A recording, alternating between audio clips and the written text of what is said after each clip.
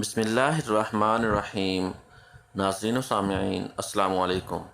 میں ہوں آپ کا دوست، آپ کا ہوسٹ صابری میاں، اور آپ دیکھ رہے ہیں اردو ورڈ یوٹیوب چینل۔ کہتے ہیں کہ پرانے زمانے میں کسی دانا و بنا شخص نے حکمت و ہدایت کی خاطر اس پھل کا ذکر کیا تھا کہ دنیا میں ایک عجیب و غریب درخت پایا جاتا ہے۔ جو شخص اس درخت کا پھل ایک مرتبہ کھائے ہمیشہ جوان و توانا رہے گا اور کبھی اس پر موت طاری نہ ہوگی۔ ایک بادشاہ نے سنا تو جی میں آیا، اگر اس درخت کا پھل مل جائے تو کیا کہنے۔ چنانچہ اپنے مشیروں اور وزیروں سے ذکر کیا، سب نے ہاں میں ہاں ملائی کہ جہاں پناہ اگر اس درخت کا پھل کھا لیں تو رعیت ہمیشہ آپ کے زیر سایہ آباد اور خوش و خرم رہے گی۔ غرض بادشاہ نے ایک ہوشیار مشیر کو اس درخت اور پھل کی تلاش میں روانہ کر دیا۔ وہ بیچارہ مہینوں جنگل صحرا مارا مارا پھرتا رہا، لیکن گوہر مقصود ہاتھ نہ آیا۔ جس کسی سے ایسے درخت اور پھل کا پتہ پوچھتا وہ ہنسی اڑاتا کہ میاں شدائی ہوئے ہو کیا، بھلا ایسا درخت اور پھل بھی ہوتا ہے کیا؟ کسی نے اچھا مشورہ دیا کہ میاں کیوں در بدر خاک بسر ہوتے پھر رہے ہو، ٹھنڈے ٹھنڈے جدھر سے آئے ہو ادھر کو لوٹ جاؤ۔ وہ شخص اسی طرح کی نت نئی باتیں سنتا اور اپنی ہنسی اڑواتا رہا، لیکن تھا دھن کا پکا، ارادے میں خم نہ آنے دیا اور برابر کوہ دشت کی خاک چھاننے گیا۔ جب ایک برس بیت گیا، اس علاقے کے گوشے گوشے چپے چپے میں پھر چکا اور بقائے دوام کے شجر کا کہیں نشان نہ ملا، تب مایوس ہو کر اپنے وطن واپس لوٹنے لگا۔ اس قدر محنت اور تکلیف اکارت جانے سے رنج و غم کی کوئی انتہا نہ تھی۔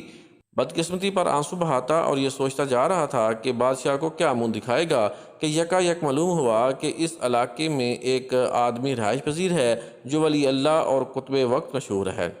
اس شیخ عالی مرتبت کی خدمت میں حاضر ہو کر اپنی مشکل بیان کروں تو ممکن ہے مایوسی راحت میں بدل جائے۔ چنانچہ یہ سوچ کر وہ چشمے پرنام سے شیخ کی خدمت میں حاضر ہوا اور اس کی نورانی صورت دیکھتے ہی اپنے آپ پر اختیار نہ رہا۔ ضبط کا دامن ہاتھ سے نکل گیا اور روتا ہوا اس کے قدموں میں جا گرا، اس قدر آنسو بہائے کہ شیخ کے پاؤں بھگو دیے۔ شیخ نے اٹھا کر شفقت سے گلے لگایا اور پوچھا، کیا بات ہے؟ اس قدر اشفتہ سری اور پریشانی کا سبب کیا ہے؟ تفصیل سے بیان کرو۔ اس نے عرض کیا، حضرت کیا کہوں، جس کام کے لیے ایک برس پہلے وطن سے نکلا تھا وہ کام نہیں ہوا۔ اب سوچتا ہوں واپس جا کر بادشاہ کو کیا جواب دوں گا۔ اس کے عتاب کا نشانہ بننے کے سوا کوئی چارہ نہیں۔ آپ میرے حق میں اللہ تعالیٰ سے دعا فرمائیں کہ وہ مجھ پر رحم کرے۔ بادشاہ کے حکم سے بقائے دوام کے شجر کی تلاش میں یہاں آیا تھا۔ کہتے ہیں اس درخت کا پھل کوئی کھا لے تو حیات جاوداں مل جاتی ہے۔ میں نے اس کی جستجو میں اس ملک کا چپا چپا چھان مارا، مگر ناکامی اور مایوسی کے سوا کچھ ہاتھ نہ آیا۔ مہربانی فرما کر میری مشکل سہل فرما دیں۔ یہ سن کر شیخ ہنس پڑا، پھر ارشاد فرمایا، سبحان اللہ، بھائی تو نے بھی سادہ لوح کی حد قائم کر دی ہے۔ ارے اتنا وقت خواہ مخواہ ضائع کیا، پہلے ہی میرے پاس چلا آتا اور معلوم کر لیتا۔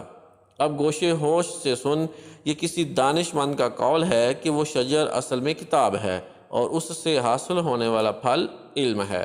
تو اور تیرا بادشاہ جہالت کی وجہ سے ظاہری پھل اور درخت کا دھوکہ کھا گئے، جبکہ یہ درخت اور پھل تو باطنی ہے۔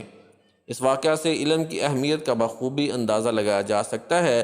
کتاب جیسا درخت اور علم جیسا پھل انشاءاللہ کبھی انسان کو مرنے نہیں دے گا اور ہمیشہ توانا رکھے گا۔ اگرچہ انسان ظاہری طور پر اس دنیا سے کوچ کر جائے، لیکن اس کی کہی ہوئی باتیں، لکھی گئی کتابیں اور دیے گئے لیکچر اسے ہمیشہ لوگوں کے دلوں میں زندہ رکھیں گے، اور لوگ مرنے کے بعد بھی اس کی جلائی ہوئی شمع ہدایت سے فیضیاب ہوتے رہیں گے۔ علم ایک روشنی ہے اور روشنی کو حاصل کرنے کے لیے انسان کو دن رات تگدو کرنی چاہیے۔ اللہ رب العزت سے دعا ہے کہ وہ ہم سب کو اس گوہر نایاب سے استفادہ حاصل کرنے کی توفیق عطا فرمائے۔ آمین ثم آمین یا رب العالمین۔